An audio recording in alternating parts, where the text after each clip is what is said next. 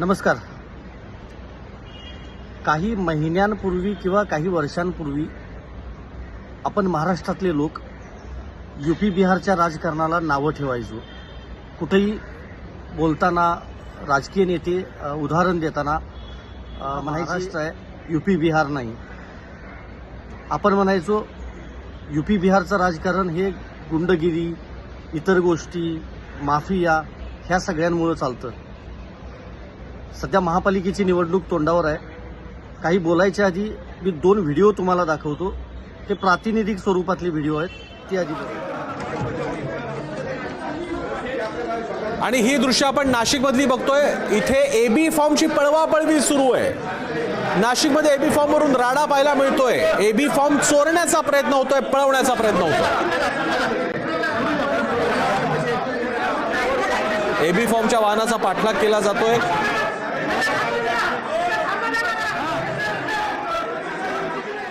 म्हणजे फक्त उमेदवारी देतात, उमेदवारीवर हे लोक पैसे कमवतात, पण माझ्या गरीबाच्या लोकांचे पैसे देत नाही. 2017 मध्ये निवडून आल्या, सगळ्या पदाधिकाऱ्यांना साड्या घेतल्या, त्या साड्यांचे पैसे मी दिलेत. मी गरीबाई रस्त्यावर बसून वडापाव विकते, मी दिले, ते अजून पैसे मला मिळाले नाहीत. आणि परत त्यांना 3 लाख रुपये द्यायचे आहेत मला, 3 लाख. आणि आज ते जर मला दिले ना तर 30 लाखासारखे आहेत. बघितलं, एबी फॉर्म पळवला जातोय. म्हणजे पदाशिवाय काय माणूस जिवंत राहू शकत नाही का? नगरसेवक पदाशिवाय? म्हणजे काय चाललंय काय महाराष्ट्रामध्ये? एका शिवसैनिक महिलेची व्यथा जी आहे ती पाहिली, कशा पद्धतीनं साड्या वाटल्या. एकतर नाकीनऊ आलंयच सगळ्या नेत्यांच्या. उमेदवारी देईपर्यंत राजकीय बेरोजगारी संपवायचं हे सगळ्या राजकीय नेत्यांसमोर एकतर आव्हान आहे. 5-5, 6-6 वर्षे निवडणुका घेतलेल्या नाहीत आणि त्यातनं हे सगळं बघायचं. म्हणजे महाराष्ट्रात ही परिस्थिती कधीच नव्हती. आणि ह्याच्यापेक्षा वाईट परिस्थिती जिल्हा परिषद आणि पंचायत समितीच्या निवडणुकीत असणार आहे. जो ग्रामीण भागाचा सगळा गाडा हाकतात ज्या संस्था, मग पंचायत समिती असेल, जिल्हा परिषद असेल, जर नगरपालिका, नगरपंचायत आणि महापालिका ह्या म्हणजे शहरी भागाशी संबंधित आहेत, शहरात ही परिस्थिती, मग ग्रामीण भागात तर गटबाजी असते, राजकारण व्यक्तिश्रेष्ठ चालतं, त्या ठिकाणी पक्षश्रेष्ठीप्रमाणे चालत नाही. मग काय होणार पुढं?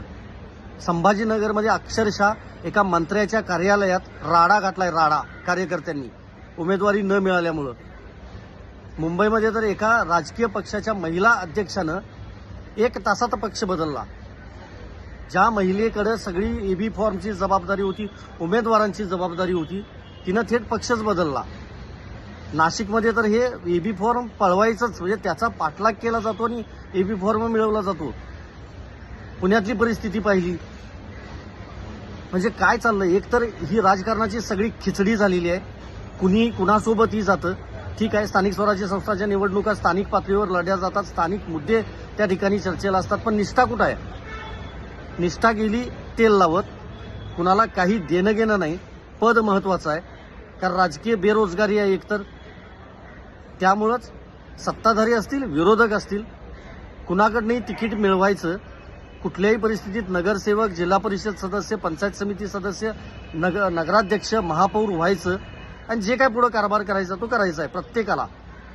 कुणालाही काही सामान्य व्यक्तीशी देणं घेणं नाही, मतदारांशी देणं घेणं नाही. कुणी कुठूनही उड्या मारतं, पक्षाप्रमाणे उडून जातं आणि थेट त्या पक्षामध्ये सहभागी होतं. या 2 व्हिडिओमध्ये जे पाहिलं तुम्ही, हीच परिस्थिती महाराष्ट्रातल्या प्रत्येक जिल्ह्यात आहे, प्रत्येक शहरात आहे. वेगळं प्रातिनिधिक चित्र दाखवायची गरज नाही. यावर उपाय एकच, मतदारांनी विचार करूनच मतदान करायला हवं. 15 तारखेला मतदान आहे महापालिकेचं, 16ला निकाल आहे. चांद्यापासून बांद्यापर्यंत जिल्हा परिषद, पंचायत समितीच्या निवडणुका होणार आहेत. योग्य उमेदवार बघूनच मतदान करा.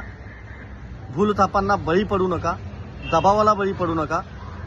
आणि हे जे चिंधीचोर आहेत ना, जे राजकीय पक्ष बदलणारे, इकडं नाही तिकीट मिळालं लगेच तिकडं जायचं, निष्ठा नाही, राजकीय पक्षावर नाही, व्यक्तीवर नाही, नेतेच ठेवत नाहीत, कार्यकर्ते तरी काय ठेवणार म्हणा. पण प्रत्येकाला धडा शिकवायचं काम फक्त मतदारच करू शकतो. धन्यवाद.